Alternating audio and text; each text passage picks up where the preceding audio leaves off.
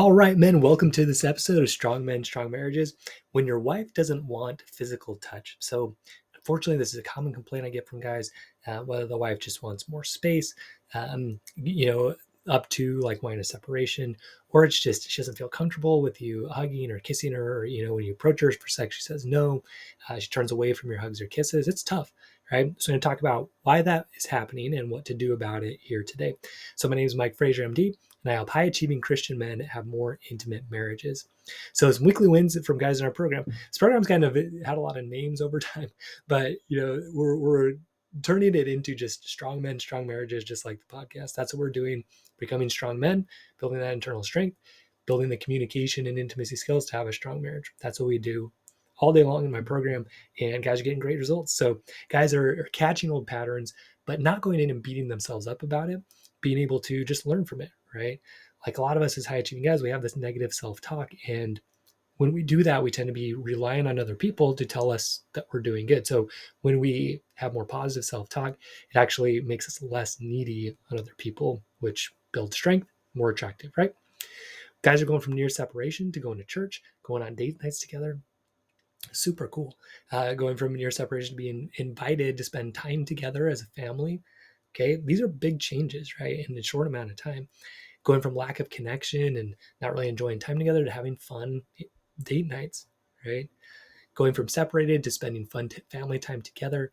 One guy this week just told me he had more intimacy in 24 hours than he's ever had. Going from like pretty significant issues with trust and communication to that. Um, a wife reaching out instead of her husband chasing her response. So like a lot of times we get in that mosquito mode. We want our wife to show us attention, appreciation, and that this now, this guy's wife is reaching out to him because again, he's become strong, attractive. He's not so needy. Okay. Going from talks about separation to loving spending time together, right? Just enjoying that. Having spiritual awakenings, finding win-win with church things. So religion, it can be a hot topic, and we have to understand each other, express ourselves, get to that win-win. Guys are doing it. It's just amazing to see. Also, wives just excited to grow after seeing their husband's growth. So for the most part, guys that come into my program, they're the ones that start, right? But a lot of times their wife wants to join. They see the changes. They want to get involved, right? They're inspired because, again, you're being the leader, right? It's awesome. Then for me, just an incredible birthday week. My wife made it amazing. Like, had a bunch of people talk about things they loved about me, put their heads up on the walls, made me like uh, match the quotes to the person. It was really, really fun. My oldest son prepared a scavenger hunt. It was just, man, loved it. Just felt very loved and appreciated. And yeah, just great day, great week. My wife too, she planned a fun time with our friends. Just great connection, great intimacy for me and my wife. Things are going right with the family. It's just a great time. I'm excited. And you guys can get there too, right? If you're not there now, you can get there. That's the point. So coming back to what we're talking about, when your wife doesn't want physical touch, a lot of guys I work with, they do find themselves in this situation. The wife's asking for space, you try to give her a hug or a kiss, she turns away. She said, "I'm just not in the mood." You try to touch her leg, she pulls away. She makes excuses. I don't feel comfortable. I'm itchy. I'm too hot. Stuff like that. If you're hearing stuff like that, it can be really frustrating. All right, it can feel like a ripoff, right? Especially if you feel like you're doing everything right in your marriage, right? So you're taking care of the kids, you're cooking, you're cleaning, you're doing all that stuff. You feel like, man, and even with all this, my wife won't, give me a hug. She won't give me a kiss, right? It can be distressing, right? Now, if you have like been unfaithful or something like that, maybe you can understand it. But even then, it's hard. As guys, a lot of times we kind of measure the strength of our relationship with the woman by how the physical touch is going. With dating and stuff, we create like first, second base, all of that, because it means something to us, when we are physically connected with women. So when she shuts it down, yeah, it's tough. So guys, what a lot of times they'll do is they'll start begging for touch or sex. Okay. Please, can't we do this? It's just important to me. I really want it, right? They'll ask for permission. Oh, can I hold your hand? Can I give you a kiss? That's not necessarily the wrong approach, but you have to understand why she's not attracted to you first, right? You can ask for permission in a needy way, or you can ask for a strong way. It just depends on your thinking and feeling and intentions behind it. Some guys will just back off completely, say, okay, fine, you don't want to touch, I'm never even going to be around the house, right? I'm not even going to like talk to you at all. Okay. And usually what that happens is it's just a passive aggressive way. They're being resentful, right? They're saying, fine, you don't want to do that for me. I'm not going to do this for you. Okay. You start being mean in other ways as sort of like a payback, right? Okay, fine. Like, I'm not going to cook anymore. I'm not going to clean the room up. I'm not going to put the toilet seat down, right? Whatever. Um, and some guys too, they'll get so frustrated with this lack of physical connection, they'll turn to pornography or turn to other women. Okay. And that creates its own issues, of course. So why do these approaches not work? Right. So when you start begging for touch or sex, it's needy, right? It's unattractive. Okay. Uh, yeah. One of the paradoxes of all this is like the less you need attention, appreciation, affection, uh, physical intimacy from your wife, the more you're going to get it. The less you need it. Okay. So when you're begging for it, that's needy. It's not a turn on. A good test is like if you watch a romantic movie, does the lead male use any of these strategies? Okay. Is he begging, oh, please, can't you just give me a hug? Can't you just give me a kiss? Okay, not going to happen. Asking for permission shows a lack of leadership. Now, again, you can do this in a couple ways. One way, like, can I just hold your hand? Can I just give you a kiss? Can I just give you a hug? Right? That's kind of that needy, whiny way, right? You can also approach it like, hey, like, I love you. I'm attracted to you. I'd love to hold your hand right now. Is that okay with you? Right? You don't necessarily have to say those things, but if you are really feeling them, it comes across, right? It'll help if you say them too. And she can still say no, but you can still feel proud that no, like I was doing that from a good place in my heart. I can look back and say, hey, I'm okay with that. Right. So backing off completely results in no connection. So if you watch like some dating tutorials, they'll talk about this no contact method. It's a bad idea.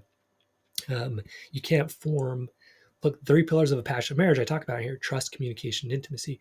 If you have no, if you're just not there, you're not building trust, you're not building communication, you're not building mental and emotional intimacy, so you're not going to be able to build physical intimacy.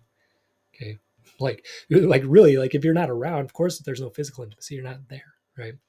Then getting resentful, which is understandable. It's just very unattractive. Like when you're walking around, oh, my wife won't do this for me. She won't give me a hug. I'm so mad.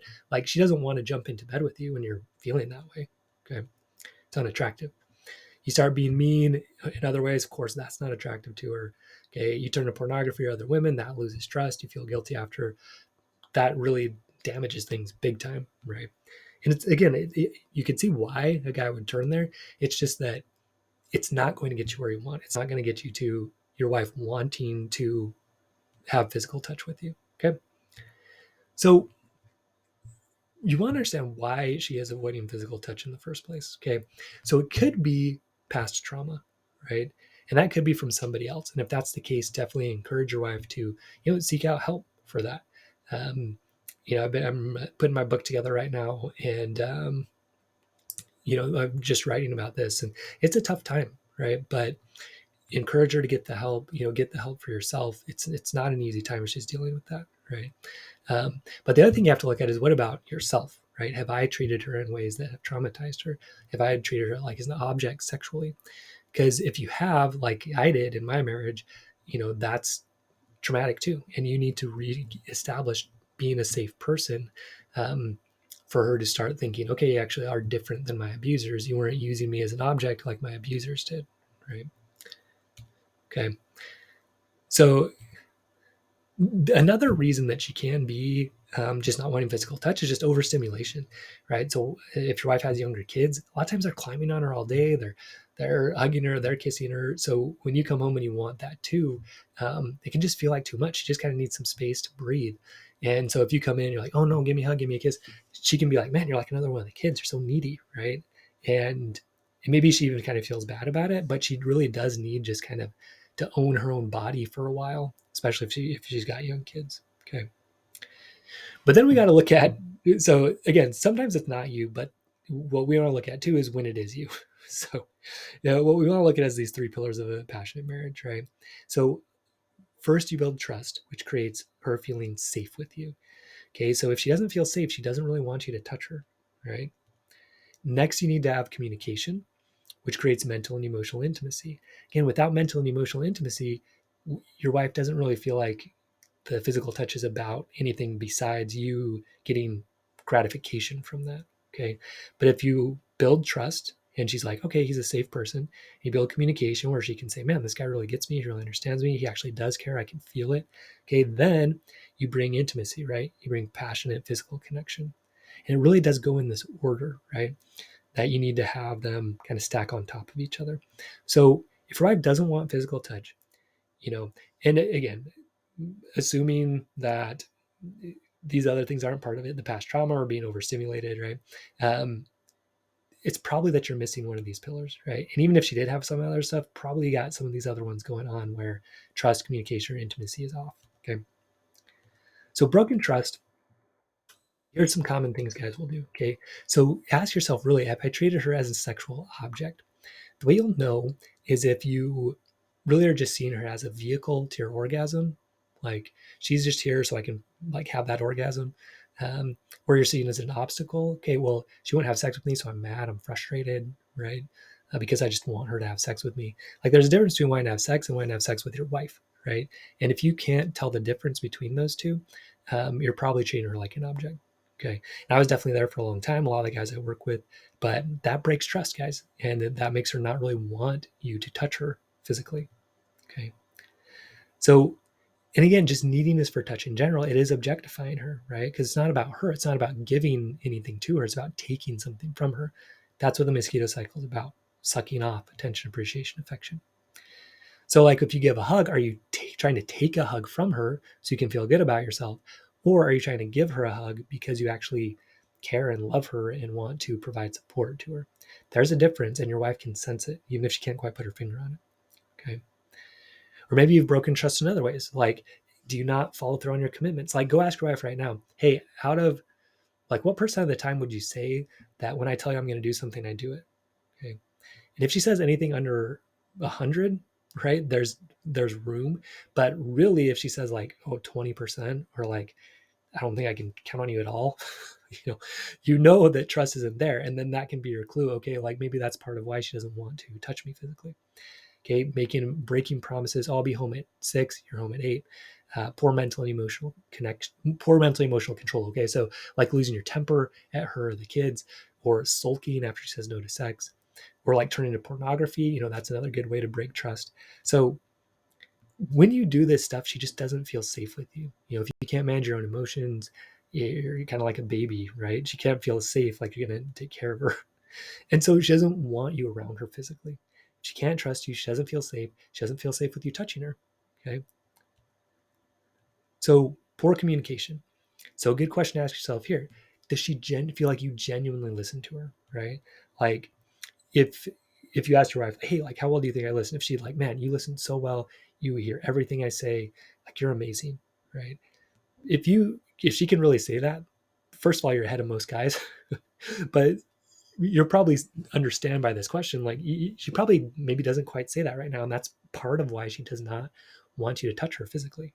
Okay, because again, it's coming back to that person versus object. Are you treating like a person that you care about and really want to understand and get to know at a deep level, or because look, you can even use listening quote unquote skills with that in mind. Like, okay, I'll listen, but because Mike told me, then she'll probably want to have sex with me, right? She can pick that up versus really wanting to understand and know her at a deep level. Okay. When that's your intention, again, that opens her up to feel like she's connected to you. And again, that foundation of trust needs to be there too. Okay. And then do you currently know, another question to ask yourself, do you currently know her thoughts, hopes, dreams, and fears? Okay. If you don't really, again, communication's off. Mental, emotional intimacy isn't quite there, right? Do you feel like best friends? Feel like you really know what's going on? You have each other's backs? If not, okay, there's room to work on mental and emotional intimacy. Okay. And if you don't have it, we're talking about why she doesn't want to touch you physically. If she doesn't feel like you really understand her, know her, you're there for her, you want to listen to her, you value her opinion, she doesn't really want to give herself to you physically often. Okay. And can she count on you not to get defensive towards her? Okay. If she brings something up with you, are you going to try to blame her? Are you going to you know, get defensive, defend your position, not try to understand her hurt? Okay. Most guys do this. But again, that breaks mental emotional connection. And so she doesn't want physical intimacy. So look, if any of these things are sounding familiar, you're probably missing the pillar of communication. And so you have low mental and emotional intimacy. And when you have low mental and emotional intimacy, typically she's not going to be especially interested in physical intimacy. Okay. Now I've run across guys where the wife still does want the physical intimacy just because from like a desire standpoint. But when you have trust, safety, communication, mental, emotional intimacy, the sexual intimacy is actually way better. Um, like I've experienced both ways. Guys I work with, they experience both ways. It just is so much better. The guy I was mentioning before, you know, they hadn't really been very open mentally, emotionally with each other, but when they did, not only did the frequency go up, but the quality of the sexual relationship really improves. Okay, it goes in this order, guys. Just trust me on this. My own marriage and the guys I work with, trust, communication, then intimacy. So, but let's just say that you're listening. You're like, hey, Mike, listen, I do all that stuff. Like my wife trusts me. We feel like best friends, but you're just kind of like in the friend zone. Okay, you're kind of like a nice guy, right? So you feel like you're there, but like just your approach to her, it's awkward. Like for hugs or kisses or sex, you don't really have like any game, so to speak, right? You are not really good at bringing fun or flirting or passion to the marriage. You're just kind of friendly with each other. Okay. So what happens then is, yeah, your wife's not quite as excited about physical touch, or maybe just you're not particularly skilled sexually. You haven't taken the time to learn like the female sexual response and how it works and how to like help her be aroused and enjoy it. So you need all three of those things, right? You need trust, or else she doesn't feel safe. You need communication, so you have mental, emotional intimacy.